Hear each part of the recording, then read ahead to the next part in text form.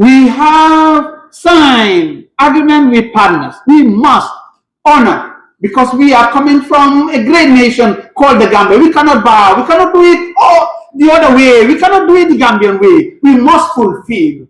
That was every week. I want to salute Franklin, because, you know, his busy time, always coming to for Moherst, going to be doing the inspection all the time for us to be where we are. Ahead of many countries, when we went to Accra, there were other countries that were sanctioned by the bank because they could not meet the deadlines. And they were even asked to follow the Gambian model, how we were able to do it. But I want to say here, because I saw somewhere people giving me the credit. You should give the credit to Franklin, you know, because he was the one there all the time. Because I could not understand. This is the first time. World Bank country rep every Saturday for one project. We are not the only World Bank project in this country, but ensuring that the Gambia meets the deadline, and so that at the end of the day we got the DLI for the benefit of the entire country. So we want to Franklin, on behalf of His Excellency President Adama Barrow, and on behalf of the Republic of the Gambia, we want to say thank you for that support. We have government commitment at the highest levels. What we see from you today is partnership to accelerate, to scale, and to ensure sustainability. The portfolio before you. This morning, you will hear about 6 flagship programs, 6, each representing a strategic intervention point in our education ecosystem. 1, turning point, turning tides. Turning tides addresses irregular migration, not through enforcement, but through opportunity. We will not deal with the consequences, but we will try to address the root cause.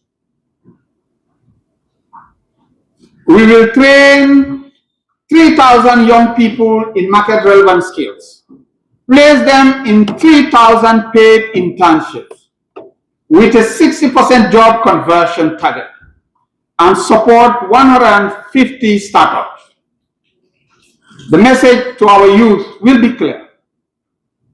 Your future is here, not Babylon. Your opportunity is here, not the perceived El Dorado. Your success is here. The paradise can be in your own backyards. This is a $9.65 million investment in hope, but in dignity, and in the productivity that comes when talent meets opportunity. Then and there, we produce a system of containment, engaging the youths, making them busy wherever they are. Number 2, Uset Phase 2. Uset Phase 2 will create a world-class STEM education hub with modern laboratories, research facilities, and specialized programs in renewable energy, ICT, and agricultural technology. This is not about building classrooms. It is about creating the innovation infrastructure that will drive the Gambia's digital and green economy transformation. The investment requirement is substantial, but so is the return. A generation of engineers, data scientists, and innovators who will become employers, not job seekers. That's what Uset Phase 2 is going to create. Number 3, our national gender strategy. Our national gender strategy is perhaps the most ambitious equity intervention in the Gambian education history. Over 5 years, we will increase female tertiary enrollment from 42.6% to 50%. double female participation in STEM, train 500 female faculty for leadership, and provide 5,000 scholarships. This is not social engineering. This is economic sense. Right now, the interventions at basic and secondary education from different partners and the Gambia government have started paying dividends to the extent that now you have more girls in finishing grade 9 and finishing also high schools. And also, the best students, both grade 9 and high schools now are females. In fact, somebody said that we need to start thinking of coming up with strategies for the boys. However, when it comes to university, after they finish, there are more girls finishing high school, and then also they are the best. But when that is done, now it's time to go to university, it's the other way around. You have more boys than girls in this country called the Gambia. Where are the girls going to?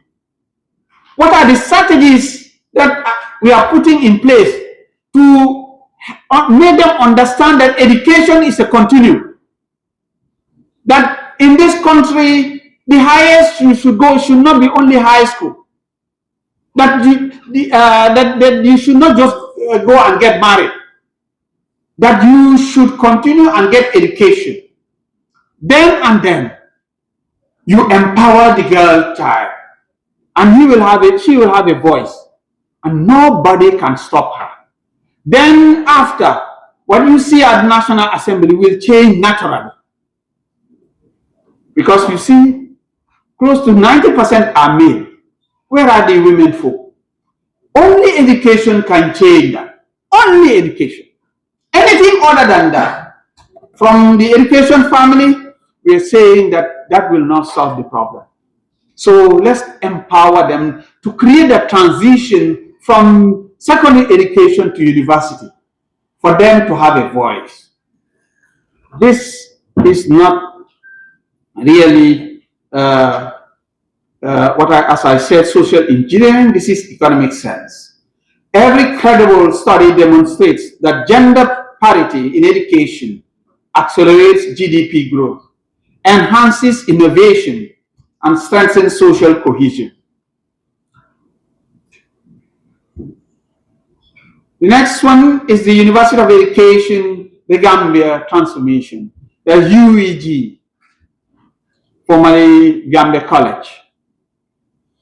The University of Education, the Gambia's transformation will create a modern teacher education institution with 21st century infrastructure, ICT integrated classrooms, and research capacity. You cannot have good students if you don't have good teachers. For a long time, we ignored initial training. And I do not belong to that school of thought, that I will not invest in initial training. I will wait until they graduate, and I spend millions on assessing them to see whether they have competencies or not. It's like computer, garbage in, garbage out. You don't give what you don't have. If you want good students, if you want the data, the performance of our students to change, we need to have good teachers.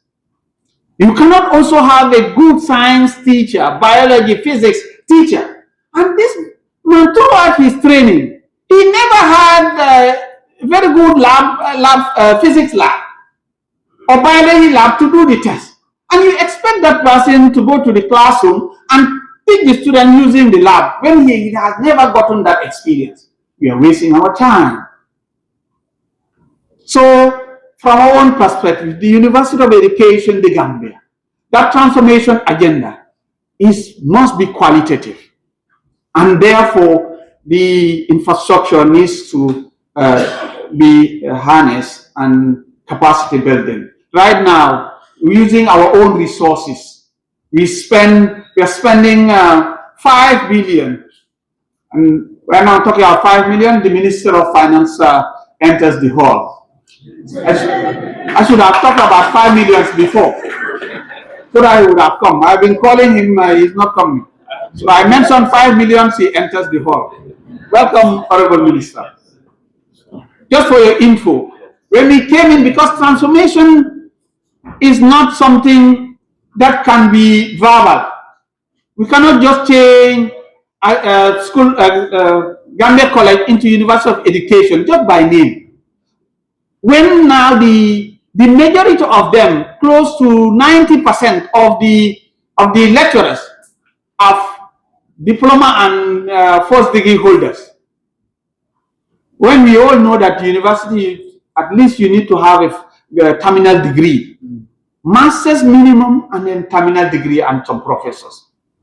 Whilst waiting for manners to come down from heaven, we decided, with the little that we have, after having a fight with finance, and they gave us some figures, we spent $5 million last semester. And here, this year also, we're going to spend that for just the staff who are sent to Nigeria on capacity building. This is different from their stipend. $850 per month for PhD. We're sending them for PhDs. So, and this is unprecedented. There's no extra fund.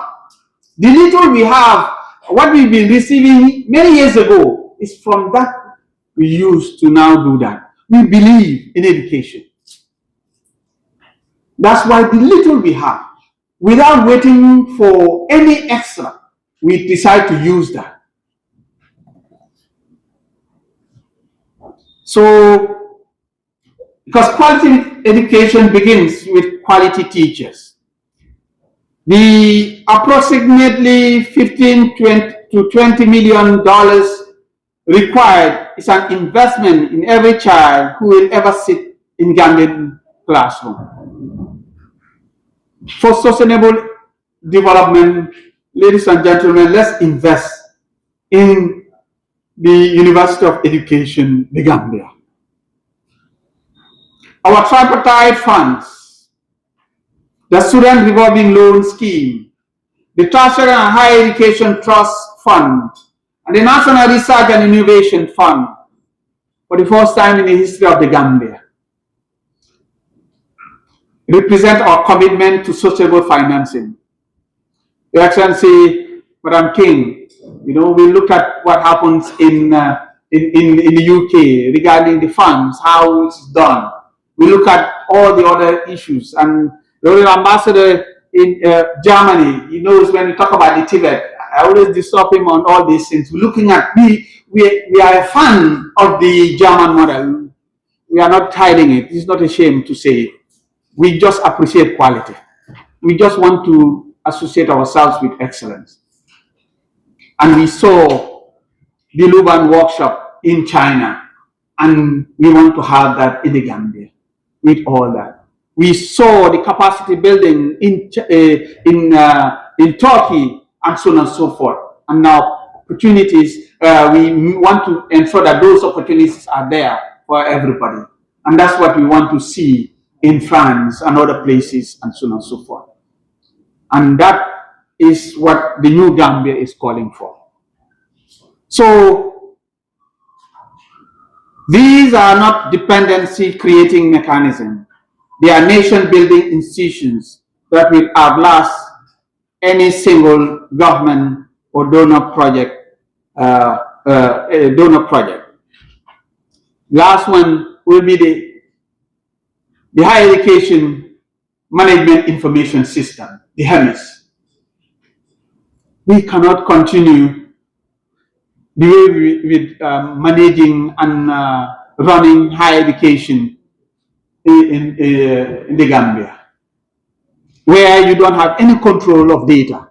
Development partners asking for accurate data and timely data, and you cannot provide. What type of sustainable development? How can you project when you don't have data? The HEMIS will give us that opportunity within 1 minute. Any development partner asking for data on higher education, we provide it to you and in a timely manner and accurate. Then with that type of data, you can now project. You can now do simulations to now understand in 5 years, 10 years, what it is going to happen. And you will get it right. This is what we want to have, like youths in the streets of Madrid. That will bring development. Why partner with us, Your Excellencies? I know you have many calls on your development cooperation budgets. In fact, you say, why is higher education wasting our time here? We have other things to do, and they are bringing us here. I know you must make difficult choices about where to invest. So let me tell you where the Gambia, let me tell you why the Gambia, why education and higher education for that matter, and why now. First, enlightenment. These programs, the 6 programs that we are going to present to you, align perfectly with SDG 4 on quality education, SDG 5 on gender equality, SDG 8 on decent work, and SDG 9 on innovation. So, Mr. Frederick, we are just reading from what you want the world and the Gambia to do, and we are just trying to do exactly that with the SDGs. They align with the African Union's Agenda 2063 call for a skills revolution. They align with your own national strategies on migration management, youth employment, and gender equity. When you invest in these programs, you advance your own policy priorities. Second, readiness. We are not asking you to fund concept notes or feasibility studies. These programs are designed. Implementation structures are in place. Fiduciary systems are World Bank tested. Franklin, nothing new. You're using the World Bank approved fiduciary system. And the way we approach at Moherst, we don't want to be the one now managing the funds. We are not accountants. We want the funds to be outside Moherst. That's our principle. We at the Ministry of Finance, fiduciary, headed by Antatal, to the World Bank fiduciary, so that it is done based on those rules. The ministry now job is to ensure that whatever we do is in line with the agreed principles and to be able to get the funds and it is delivered accordingly. Not for us to be the one implementing the programs and also managing the funds. That's not our school of thought. The world is changing and we don't want to use that approach. We are not accountants. We don't know how to count money. There are other people whose job is to do that. Let the funds go to those people to manage the funds. And then we just talk about education, and then that chemistry will help now bring sustainable development. So that's the system, the fiduciary system that we are looking for. Monitoring frameworks are established. We can absorb your resources efficiently and demonstrate results quickly. Third, multiplier effects. Education investments have documented multiplier effects that exceed most other development sectors. Every dollar invested in tertiary education generates $10 to $15 in lifetime earnings. Every woman educated at the university level educates an average of 2.5 additional people in her community. Every research grant awarded generates patents, papers, and problem-solving capacity that compound over time. Fourth, partnership flexibility. We are not prescriptive about modalities. Whether you prefer co-financing, technical assistance, in-kind equipment donations, scholarships programs, or institutional twinning arrangements, we have structured our programs to accommodate diverse partnership models. You can engage at the level that suits your institution or country's priorities and budgetary realities. Personal appeal. Your Excellencies, I've spent my career in education. Unfortunately, like others, I do not have that opportunity to work elsewhere in other sectors throughout my life, just in education. I'm close to 30 years now. Very soon I'll reach 30 years within tertiary and higher education. That's the only thing I've been doing. And you could see that's my passion. And when you take me outside this, I know nothing. I cannot even express myself. But when it comes to education, we can continue the discussion till daybreak.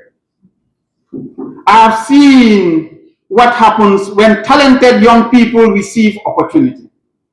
They don't just transform their own lives, they transform families, communities, and nations. And I've seen the opposite. The waste, the frustration, the tragedy of talent denied. The Gambia has no oil, at least for now. Let's continue praying. Maybe tomorrow the Minister of Energy will just pronounce, and I know the first minister who will be jumping to celebrate that we have oil here, because that will solve his problem. Yeah? Okay, I know you are praying every day for oil to come, but you have to continue praying, right? Yes.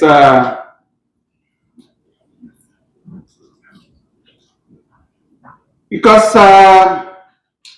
they transform families, communities, and nations. Now I've seen the opposite, as I said, and which was the waste and the tragedy and so on. But also the Gambia not having oil and diamond, gold, and so on. Our resource is human capital.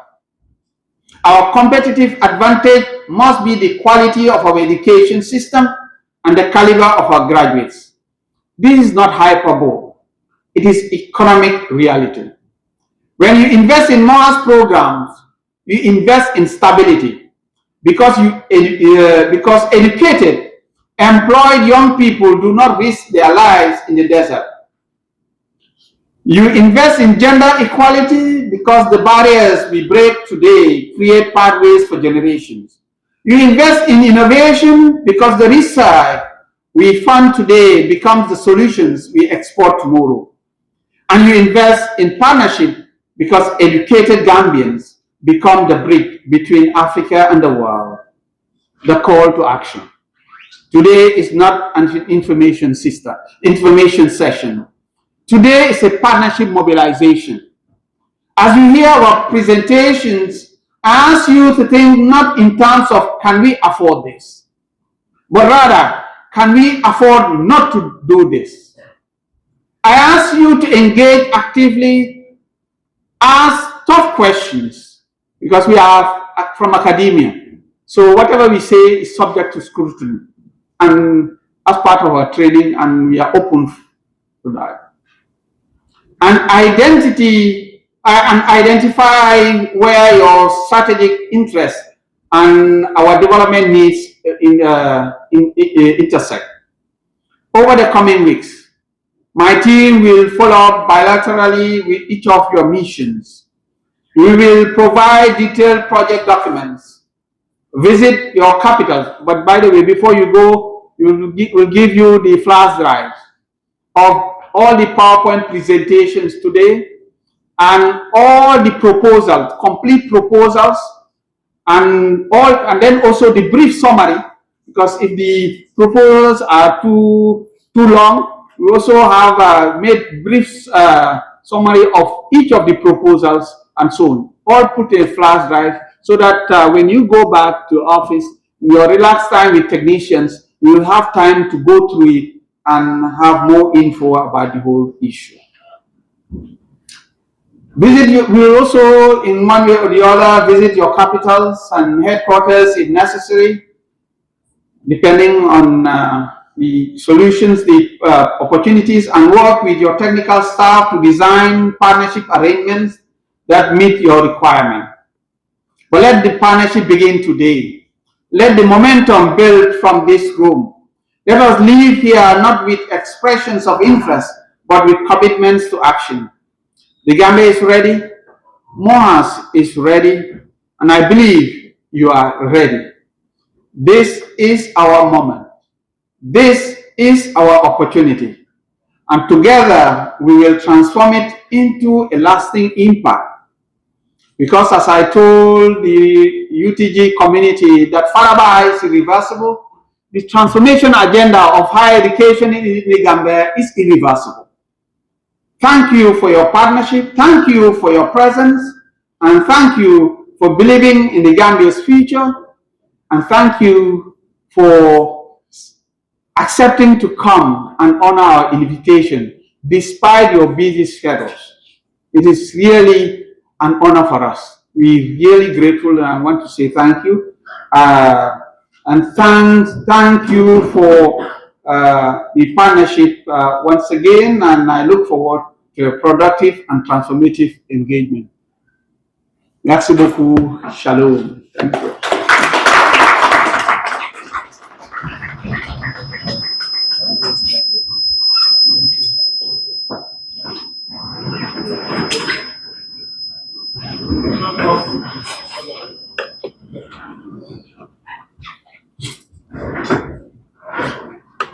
Thank you very much.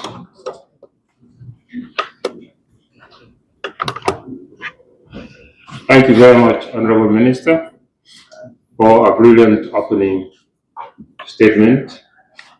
I now have the singular honor to invite the World Bank Country Manager to deliver his brief statement. Thank you, sir.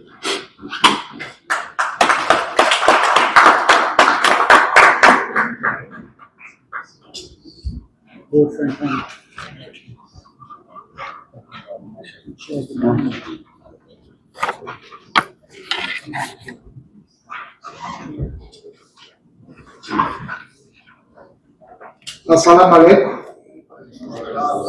Good morning, ladies and gentlemen. I'm not too sure after such a speech by Professor whether really what I'm saying will be anything. Professor is always very articulate and very clear in terms of what he's trying to do. But allow me the opportunity to use this chance to thank the people of the Gambia, the government of the Gambia, and through Honorable Minister of Higher Education, to thank His Excellency the President for the gratitude. Professor gave me a lot of credit for Moherst, the Uset facility. But what Professor didn't say is he takes most of the credit. Thank you very much, and I'm sincerely humbled. So, my gratitude to His Excellency, and thank you very much. Let me turn back to some more structured notes before I talk myself into trouble with the professor. Thank you very much for the invitation to participate in this high-level strategic partnership meeting, and for bringing partners together around a shared agenda for higher education, skills, and jobs. Let me begin by recognizing the leadership of the Ministry of Higher Education, Research, Science, and Technology in convening the dialogue and in steering reforms that are central to the Gambia's development aspirations. At the World Bank Group, we view tertiary education which includes higher education, TVET, and research, as foundational pillars of economic development. They shape the skills and productivity of the workforce, support innovation and competitiveness, and enable countries to move up the value chain. In the Gambia today, tertiary enrollment stands at around 13.5%, underscoring both the progress made, but also the scale of the opportunity to expand access to advanced skills, research, and innovation that are essential for the productivity and job creation environment. This challenge is amplified by the pace of change in today's labor markets, encompassed in rapid technological advances, including digitalization and artificial intelligence. These are shaping the skills employers demand, and increasing the premium on adaptability, problem solving, and technology-enabled skills.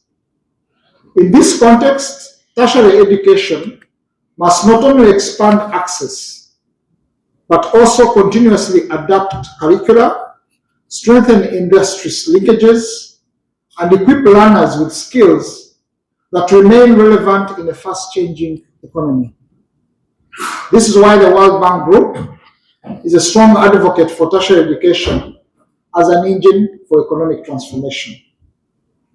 Against this background, the World Bank's engagement with Moherst is grounded in a long-standing partnership to strengthen tertiary education in ways that respond directly to the national priorities, particularly employability, productivity, and job creation. Over time, our collaboration has evolved from targeted institutional investments towards a more integrated focus on access, quality, relevance, and systems strengthening. Under earlier initiatives, including the Africa Centers of Excellence program, the government and the World Bank Group worked closely together to develop the University of Science, Engineering, and Technology Center for Science, Technology, and Engineering for Entrepreneurship, the STEE Center. This is the center in Brikama that Prof was talking about. Through this partnership, investments combined infrastructure, skills development, industry engagement, and results-based incentives to help the Gambia prepare homegrown engineers. The key lesson from the experience is not about infrastructure alone, but about deliberately linking investments in tertiary education to employability and economic demand. Honorable Ministers, Your Excellencies, ladies and gentlemen, building on these lessons, the partnership continues today under the RISE project with a sharper emphasis on delivery and on skills innovation enhancement fund. The Skills and Innovation Enhancement Fund is helping translate policy into action, supporting institutions, students, young entrepreneurs through more demand-driven approaches. To date, RISE has supported more than 1,000 students to pursue TVET and skills-oriented programs alongside institutional strengthening and entrepreneurship support. The focus is on relevance, performance, and learning by doing, with a clear line of sight to jobs. At the same time, RISE is supporting foundational system building, and strong systems require reliable information and enrollments, completion, outcomes, and institutional performance. This is why the project is supporting the early stages of developing the higher education management information system to strengthen planning, coordination, and accountability across the tertiary sector. and to better align skills supply with labor market needs. In parallel, RISE has financed a set of financial analytical studies to inform reform and implementation. These include a feasibility study on pathways from madrasa education to TVET, a childcare demand and supply assessment to address constraints to women's participation, and a study on women's participation in tertiary education and gender mainstreaming. Together, these analyses are helping ground reforms in evidence and address access, equality, and employability. All these efforts connect directly to the World Bank Group's jobs agenda, our shared North Star. While Moherst-led initiatives are strengthening capacity and creating an enabling environment, achieving impact at scale ultimately requires stronger engagement with employers and the private sector. This is why collaboration with the private sector, employers, is essential to translating skills, research, and innovation into productive employment. Looking ahead, the World Bank is reflecting on how to build on what has worked, lessons from the earlier SCE programs, together with ongoing integration under RISE, are shaping the next generation of the SCE program, known as SCE Innovate, moving beyond individual centers towards stronger links between tertiary education and priority economic sectors. Emerging thinking places greater emphasis on priority sectors across Western and Central Africa, with clear job creation and productivity potential, such as energy and infrastructure, agriculture, healthcare, tourism, and light manufacturing, where skills, applied research, and innovation can translate most directly into jobs and growth. We are eager to engage the government on the direction of Innovate as we consider how tertiary education can more effectively support jobs creation and jobs in general, and the economic transformation in the Gambia and across the region.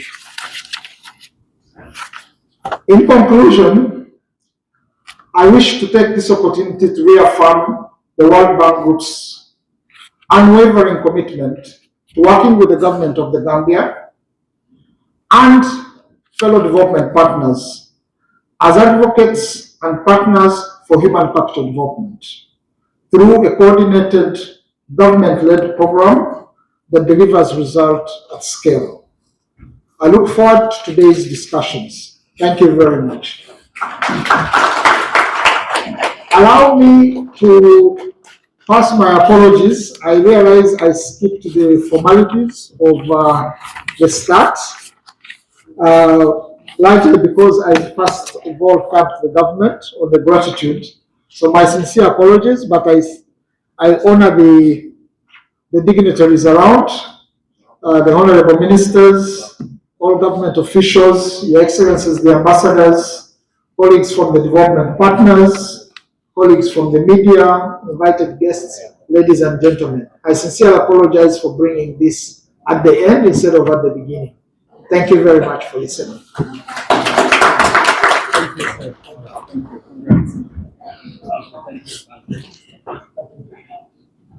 Thank you very much, World Bank Country Manager, for that very brilliant statement. May I invite distinguished guests, ladies and gentlemen. We have the digital barcode on the program item you have. Please scan it so that we can have your details, and we'll be able to share with you the documents the Honorable Minister referred to. The first page of the program guide, you'll find a QR code like that. It's digital attendance to enable us have details of your contacts, maybe your email, your name, where you're coming from, and probably your telephone or WhatsApp. And the Honorable Minister also intimated that we'll be sharing some flash drives containing the project proposals, the partnership programs that we have designed, the matrices. Everything is going to be in that flash drive, but we also have on the back page of the same program document, we have a QR code to give you online access to all the materials in the near future. Just in case you lost the flash drive, you can always fall back on the online version. Thank you very much once again to the World Bank country representative. I now have the singular honor to call on the UN resident coordinator to make his remarks. Thank you.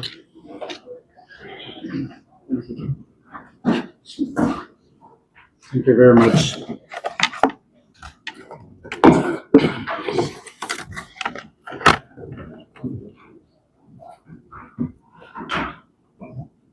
Excellency, the Minister of Foreign Affairs and Gambians Abroad, Honorable Minister of Finance and Economic Affairs, Honorable Minister of Higher Education, Research, Science and Technology, Honorable Mr. Secretary to Cabinet and Head of Civil Service, Senior Government Official here present, Excellencies, members of the Diplomatic Corps and the development partners, colleagues of the United Nations system, ladies and gentlemen, good morning and thank you so much for joining us today.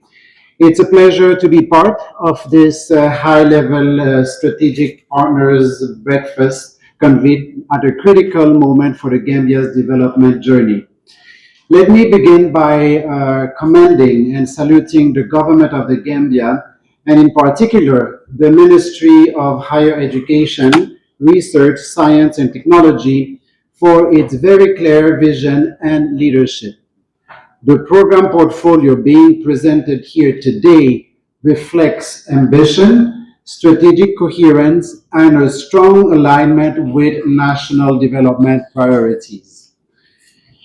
Excellencies, the United Nations work in the Gambia is guided by the cooperation framework starting in 2024 until 2028, which is fully aligned with the recovery-focused National Development Plan, YIRIWA of 23 to 27.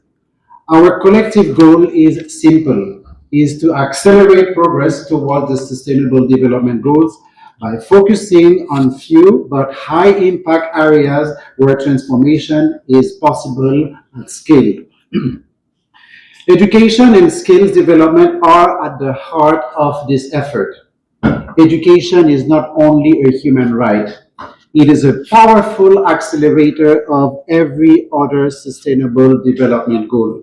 It underpins economic transformation, social cohesion, gender equality, and climate resilience, for instance. As highlighted in the recent country analysis that the UN did, investing in education is one of the most effective and ways to unlock the Gambia's demographic dividend and address youth unemployment and irregular migration. The UN system is therefore working hand in hand with the government of the Gambia to complement national effort across the entire education and skills system ecosystem, from foundational learning to tertiary education, from policy reform to infrastructure, and from access to relevant and to quality. Today, Programs Portfolio speaks directly to the integrated approach.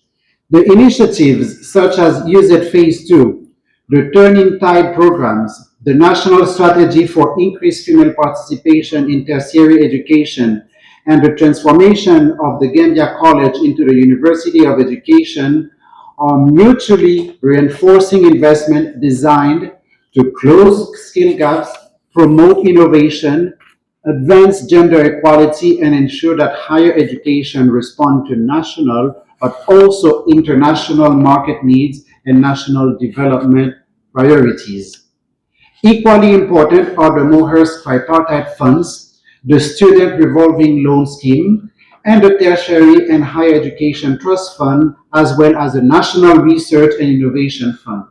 Together, they create a sustainable financing ecosystem that links access, quality, and research-driven growth. This is exactly the kind of systemic approach required to accelerate the sustainable development progress. Dear colleagues, ladies and gentlemen, your excellencies, the United Nations comparative advantage lies in convening, coordination, and integration. We work across sector and institution to reduce fragmentation, align investment, and ensure that no one is left behind. This includes a strong focus on gender equality, disability inclusion, digital transformation, and equity for rural and marginalized communities, all of which are embedded in both national strategies and UN-supported programs. But acceleration will not happen without your partnership. Closing the remaining gaps in financing, technical expertise, and innovation require deeper collaboration between government, development partners, and the private sector, the academia, and the United Nations system.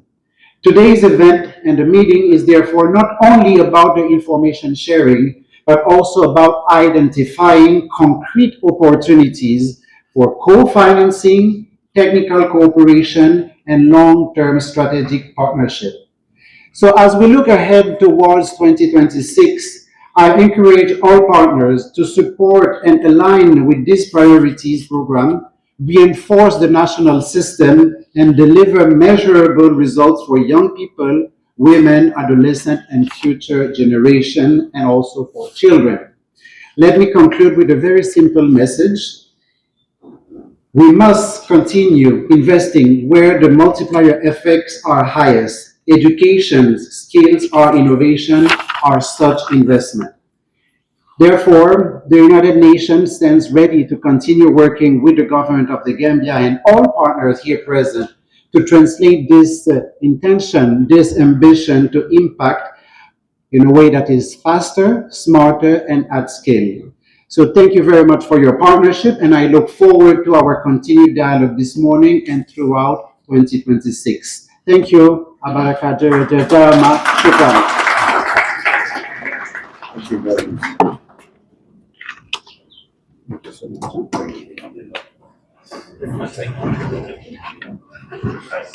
Thank you very much, RCO.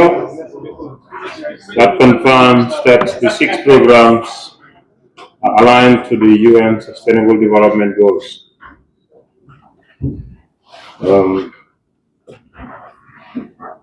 We are now moving closer. I want to thank you once again for being here with us. And I have the singular honor to call on the government leadership in the person of the Honorable Secretary to Cabinet and Head of the Civil Service to give his remarks.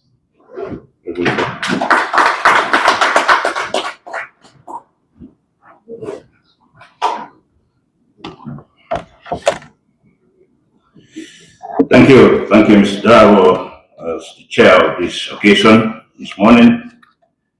Before I comment, when the Honorable Minister of Higher Education informed me last cabinet meeting that I have to deliver this statement, I did not even add a word, because I know for him the total commitment of this government and then the development of this country, his decisions are always irreversible. So I did not mess around with him. On that note, Your Excellencies, Ambassadors, Honorable Minister of Foreign Affairs, Honorable Minister of Finance, Higher Education, UN Resident Coordinator, the World Bank Rep, government officials here present, the press, distinguished partners, ladies and gentlemen, good morning. It's an honor to be here this morning. Once again, I bring you greetings from His Excellency, the President of the Republic, and the entire cabinet of the government, and I stand before you to provide assurance and not promises, not aspiration, but tangible assurance of whole of government commitment to programs you will hear about today. As Secretary of Cabinet and Head of the Civil Service, my role is to ensure coordination across all government ministries, departments and agencies, to guarantee and to ensure that the government commitments are honored. I do not speak for one ministry. I speak for the entire machinery of government. So when I tell you that these education programs have the full backing of the government of the Gambia, I'm making an institutional guarantee. On the integration with the national development priorities, Honorable Ministers, distinguished Your Excellency, ladies and gentlemen, these programs are not isolated initiatives. They are fully integrated into the Gambia's National Development Plan, that is the NDP. The NDP explicitly prioritizes human capital development, and these education investments are flagship interventions in achieving our national targets. When the Honorable Minister of Finance speaks, which will come later, about the budget allocations, know that these are not discretionary line items that fluctuate with political winds. These are core commitments embedded in our public investment program, reviewed by the Cabinet of the government, approved by the National Assembly, and monitored quarterly by the Department of Strategic Policy and Delivery. The cross-ministerial coordination, therefore, ladies and gentlemen, the success of these programs requires collaboration across multiple government entities. And I want to assure you that the coordination mechanisms are in place. The Ministry of Finance and Economic Affairs has committed to the timely disbursement of counterpart funds, adherence to World Bank fiduciary standards, and provision of social fiscal space to recurring cost projects.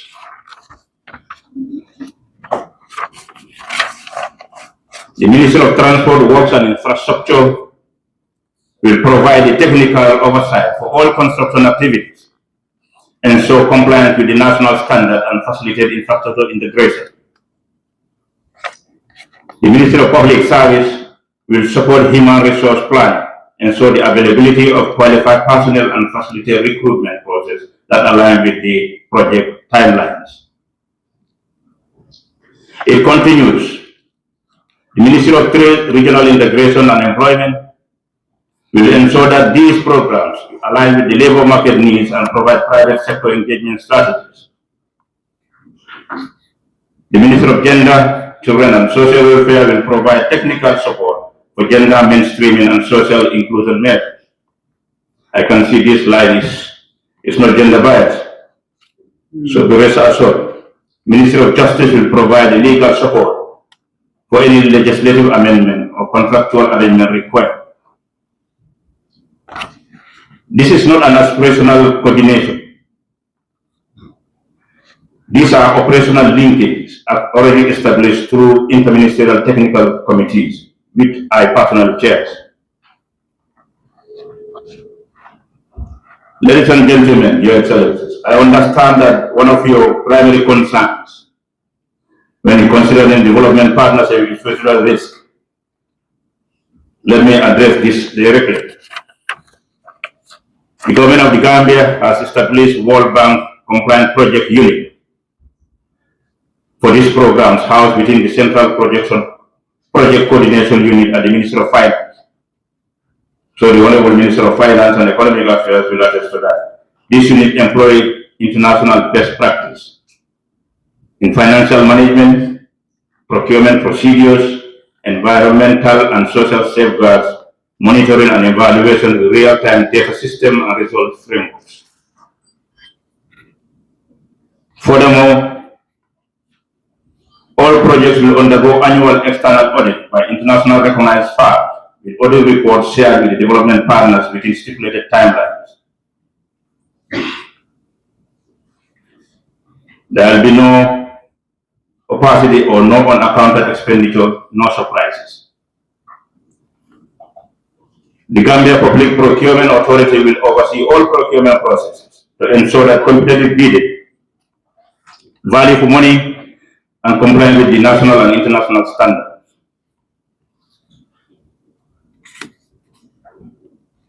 I want to address a legitimate concern that development partners often raise.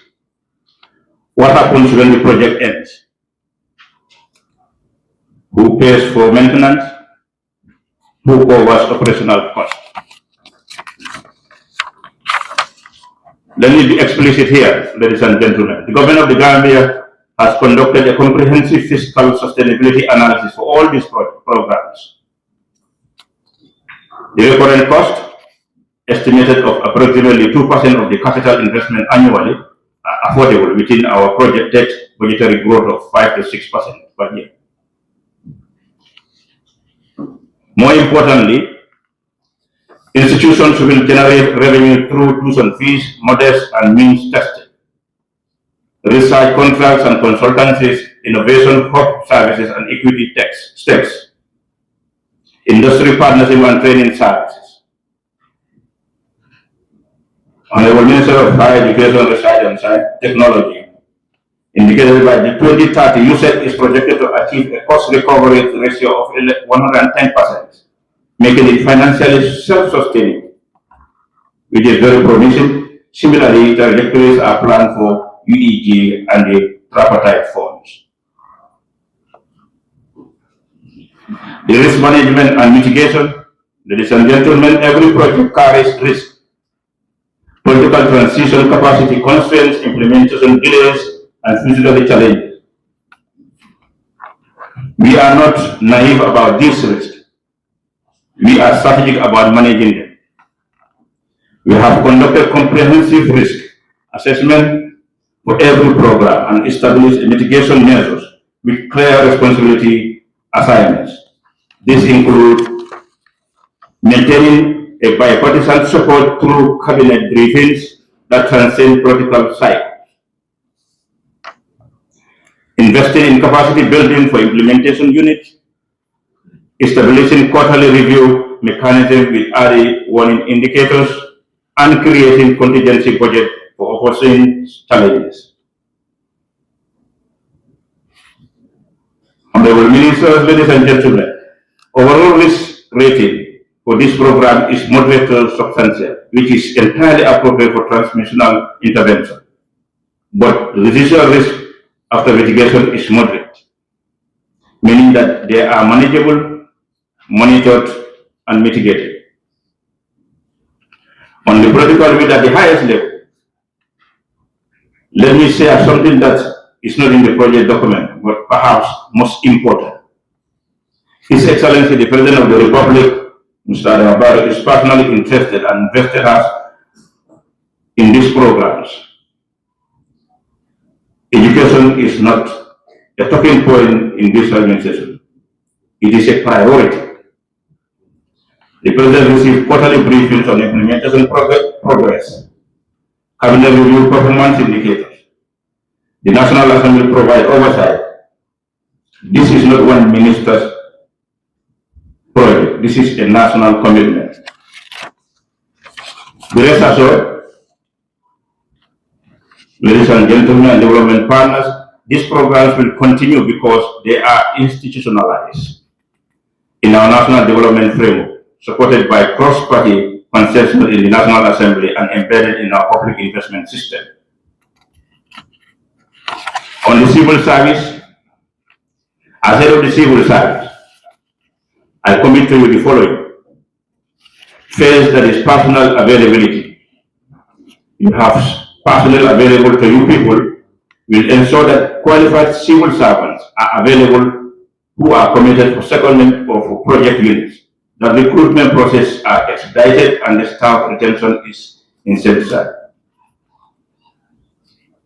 Administrative facilitation, any bureaucratic bottlenecks, land acquisition, permits, approval, and clearance will be resolved through the cabinet secretary office. You will have a direct escalation channel. I'll be available at any time. Policy coherence will ensure that the policies across different ministries support rather than undermine this program. No policy silos, no conflicting directives. Accountability. The Department of Strategic Policy and Delivery will monitor implementation and flag deviation immediately. You will not discover problems 6 months after they occur. Ladies and gentlemen, and the development partners, you are not being asked to fund projects in a vacuum. You have been invited to partner with government that has clear vision. We know where we are going. The institutional capacity, we have the system to deliver. The physical commitment, we have allocated counterpart funds. Political will, we have the presidential backing. Accountability and mechanism, we have the transparent monitoring. Sustainability planning, we have the post-project financing arranged. When you invest in this program, you invest alongside a government that is fully committed, institutionally prepared, and strategically focused.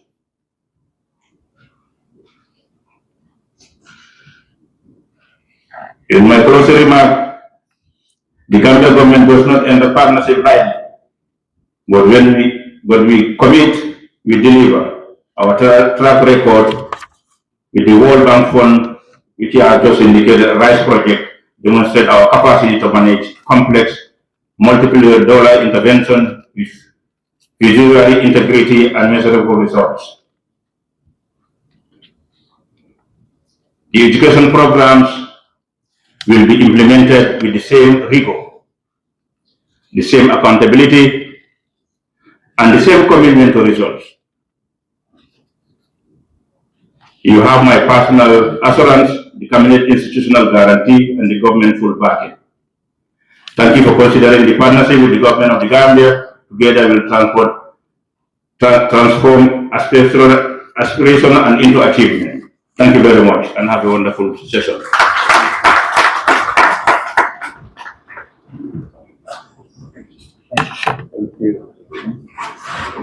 Thank you very much, Revenue Secretary to Cabinet and Head of the Civil Service. It is very heartwarming to know that the government is really 100% behind these 6 programs. We are making steady progress, laying the foundations for the success of the Gambia moving into the future. As we edge closer to the end of this opening ceremony, ladies and gentlemen, I still remind you, don't forget to register for this program.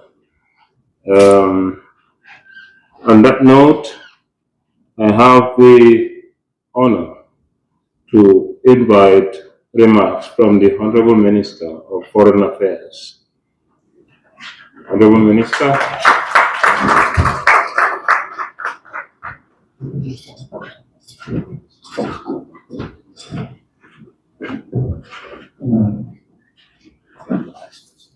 Thank you, Master of Ceremony. Secretary Cabinet, indeed the Minister of Higher Education and the Minister of Higher Education has already set the country's educational transformation agenda. And like you have said, it is irreversible. Thank you, Professor.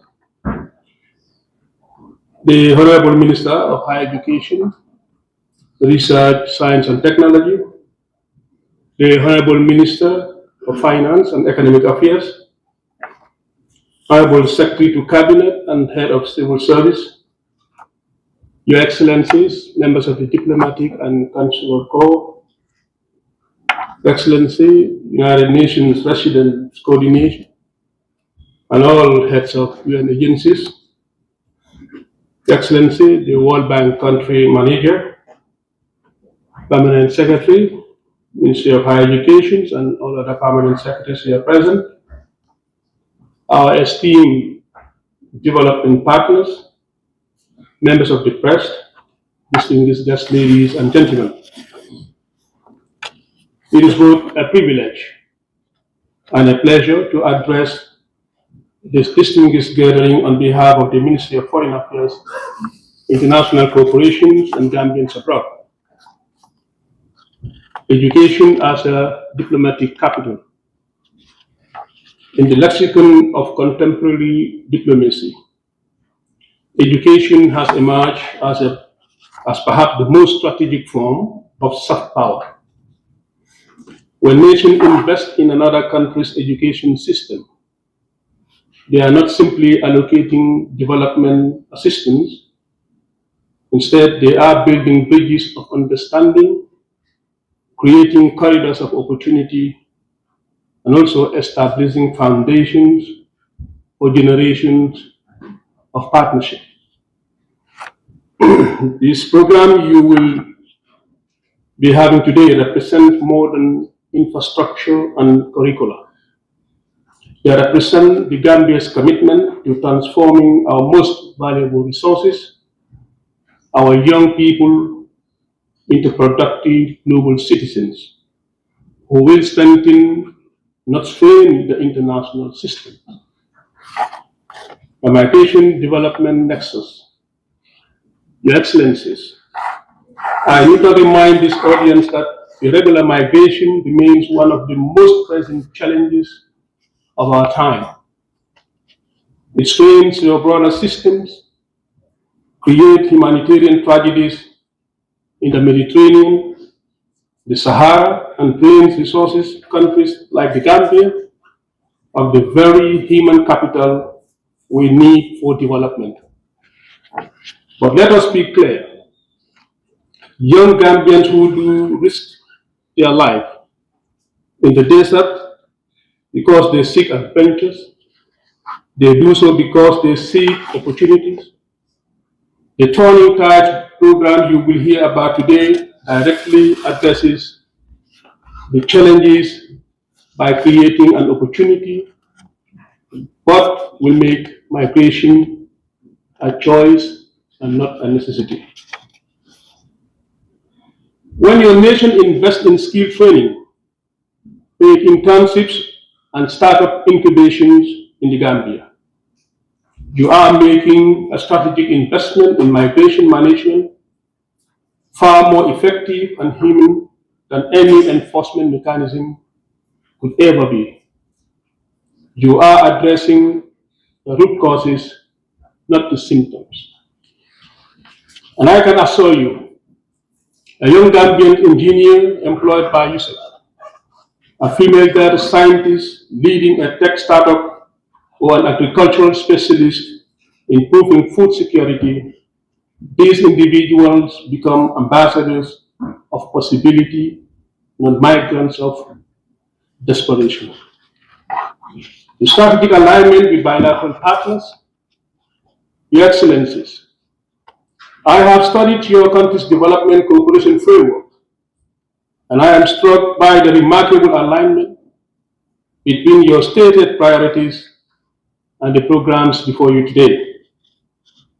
For our German partners, who have made vocational training and green energy central to their African strategy, Uset Phase 2's renewable energy programs and Turning Tide skill training offers perfect entry points for our Turkish friends, whose emphasis on the educational transformation and infrastructure and the South-South cooperation is well known. The UEG transformation and institutional twinning arrangement present an excellent opportunity. For our Chinese partners, whose Belt and Road initiative emphasizes human capital development, These programs aligned perfectly with your commitment to sustainable partnership. For our European Union, whose migration partnership framework seeks development-based solution, turning tide is precisely the kind of intervention that addresses your strategic interest while advancing our development goals. For American friends, whose focus on women empowerment and innovation is well documented, the Gender Strategy and National Research and Innovation Fund presents compelling investment cases.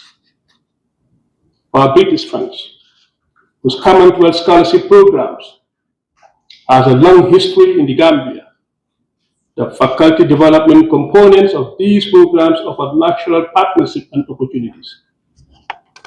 For our Spanish friends, whose commitment to education in West Africa is deeply appreciated, multiple entry points exist across these portfolios.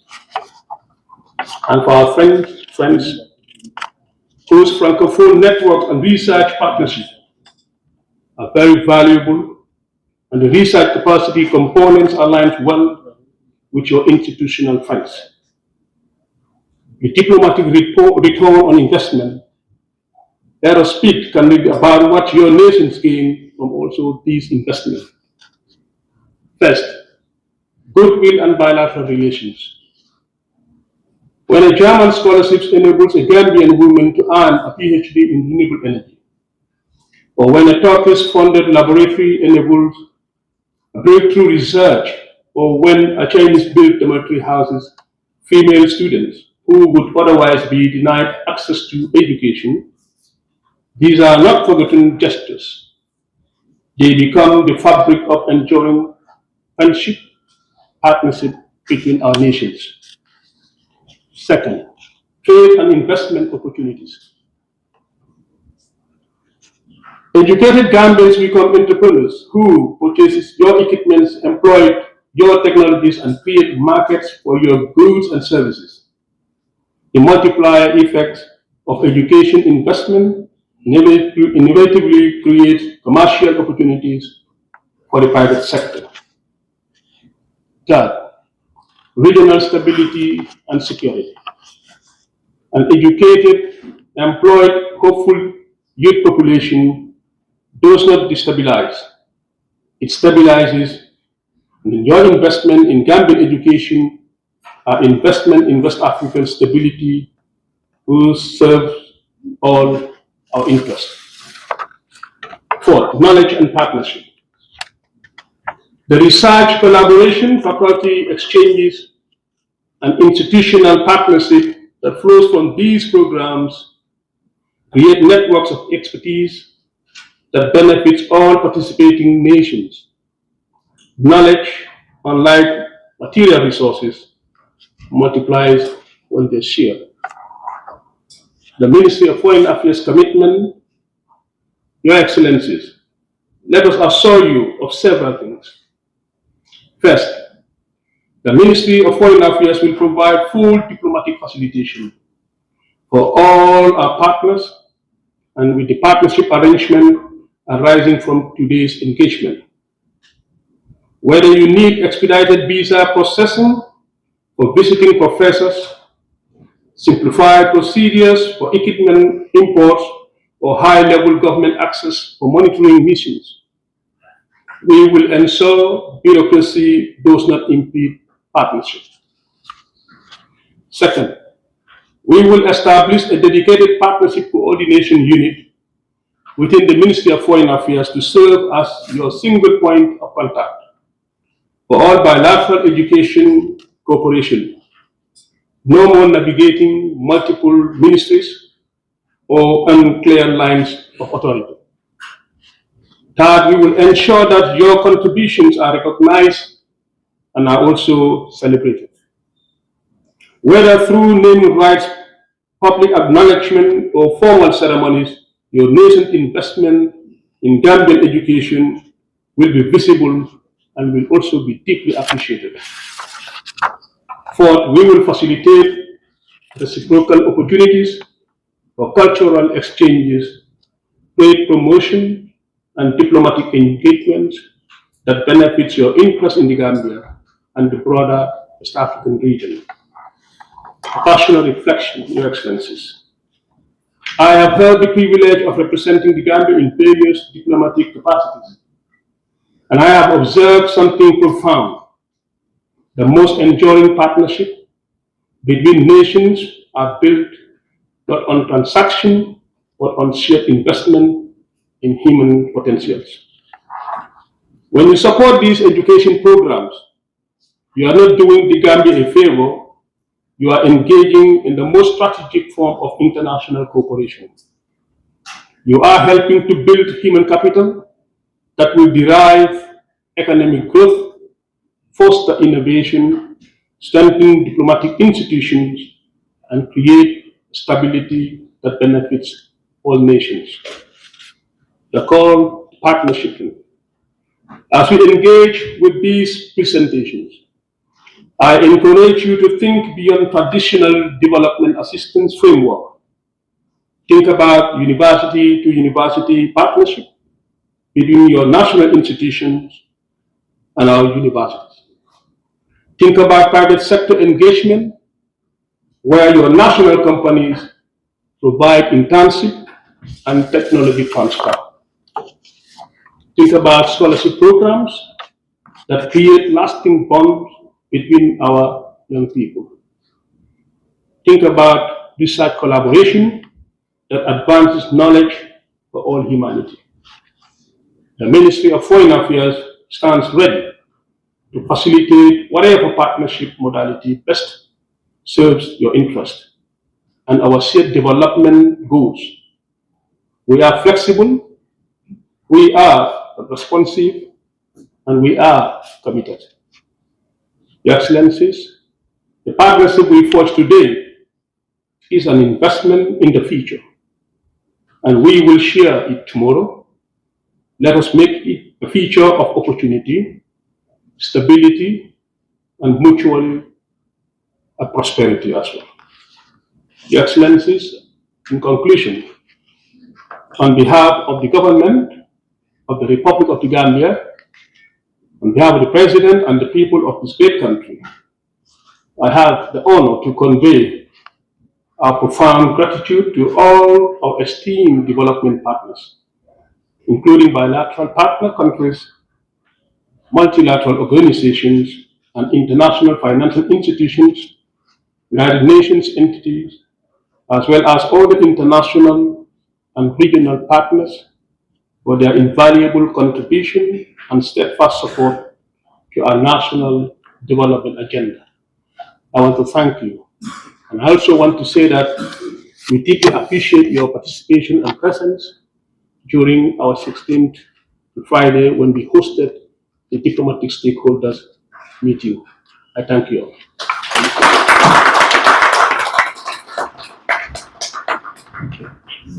Thank you very much, Honorable Minister.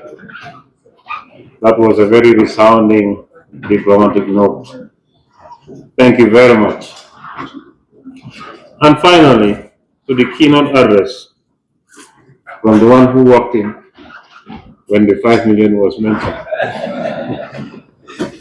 Honorable Minister of Finance and Economic Affairs. Honorable Sir, please.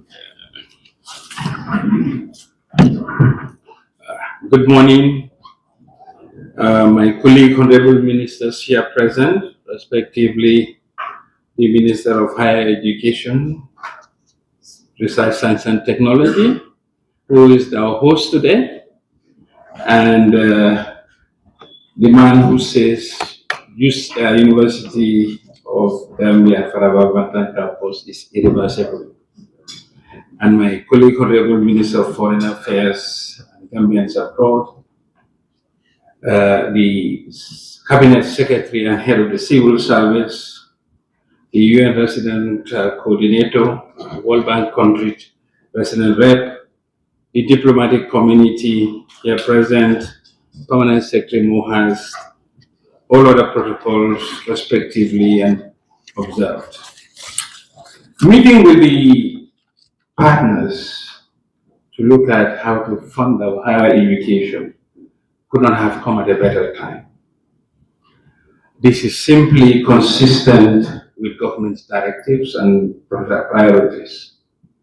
Government allocation to higher education is reaching all-time high, but it's never enough for Professor Gomez. It's one thing I must acknowledge. It's not just giving him the money. He takes you to the work site on weekends. And that's how University Uset campus in Brikama was done. Thank you once again for dragging us into action. Investment in infrastructure in the Faraba Banta campus of the University of the Gambia is one of the largest recent investments of the Gambia. And as a result, it has given the evident edifice, which is one of the best campuses in the sub-region. And this is not the only one that we have invested in as a government in line with the partners. But the TVET education continues to benefit from investments of the government and partners combined. And not to the ACE, African Centers of Excellence, is also dovetailing into the continued investment in higher education. And we are not just focusing on investments in the physical infrastructure, but as a government, we have started by creating 3 funds that will, from our own budget, invest in the human capital, particularly the funds for higher education, science and technology, the student loan scheme, the research scheme, loan funds, and all of that. And the University of the Gambia students will realize that we as a government fund from our budget a large share of the annual scholarship program. But government cannot do this alone, and hence the theme of this morning session to work with partners and stakeholders and see the way forward. But before we go there, why do we invest in higher education? The most enduring asset for the Gambia is the human capital. And we are aware that the youths comprise more than 64% of the population. And therefore, to handle the youth bulge and leverage of the demographic dividend, we have no choice but to continue to invest in higher education.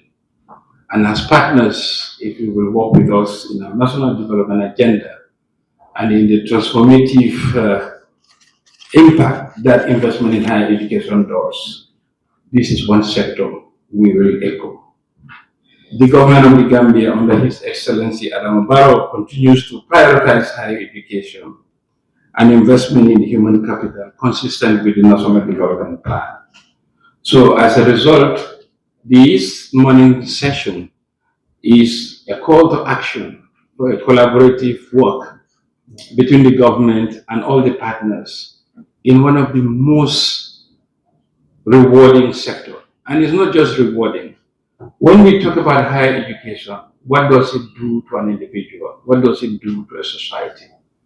Higher education is not just to gather degrees, it's not just to gather accolades, but is to form a whole person, is to form the character of the individual, is to form the character of society.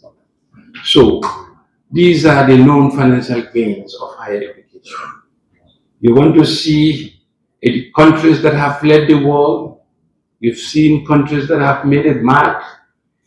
No longer are the best performing companies in the largest infrastructure space. The NVIDIA, the most valuable company in the world, doesn't have a lot of fiscal infrastructure. It's the intellectual power. And that comes from higher education. If you come to the developing world, we've kept talking about the Singapore dream. But the Singapore dream is no other dream but dream in higher education. When Lee Kuan Yew, who was a graduate of Cambridge, assumed the role of leadership, he said every Singaporean deserves quality higher education.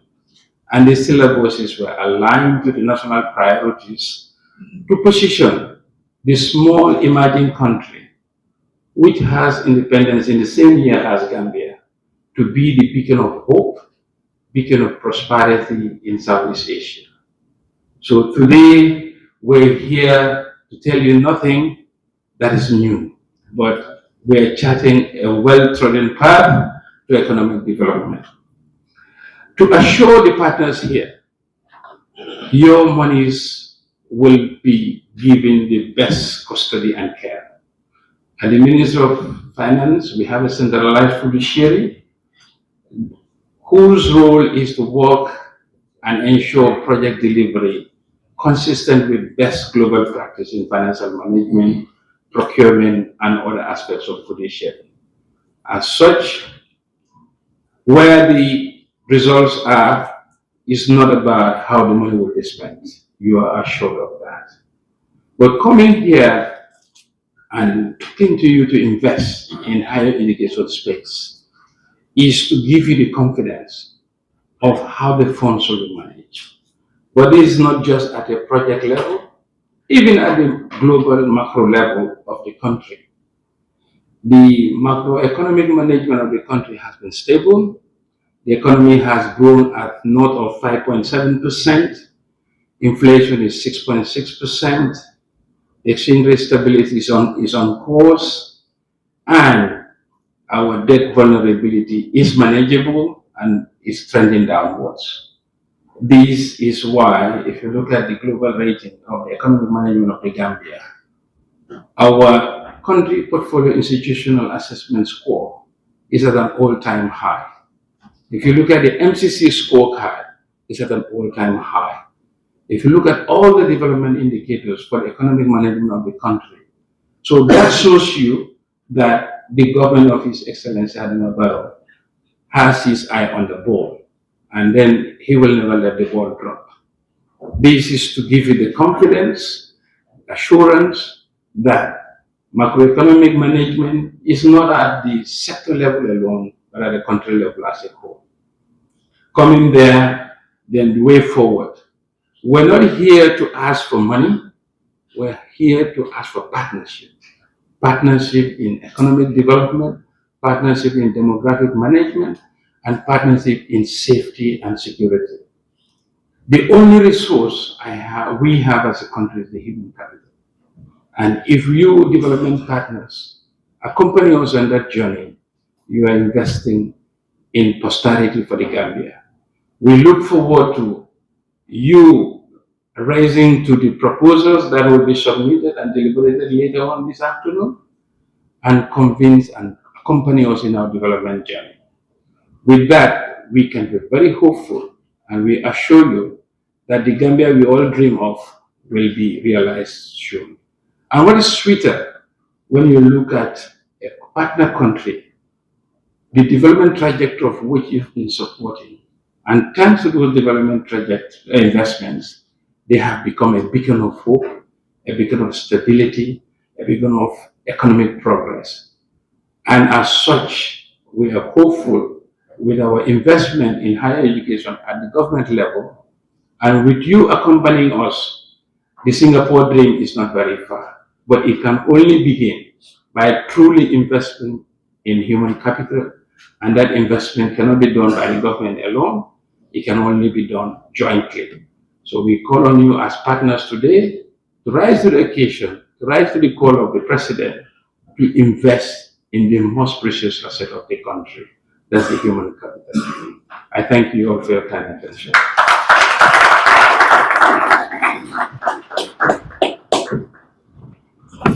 Thank you very much, Honorable Minister of Finance and Economic Affairs. Ladies and gentlemen, we have heard from the high table, beginning with the welcoming remarks, the opening statements that laid out the 6 priority programs of the Moherst 2026 program portfolio. We have had statements from the World Bank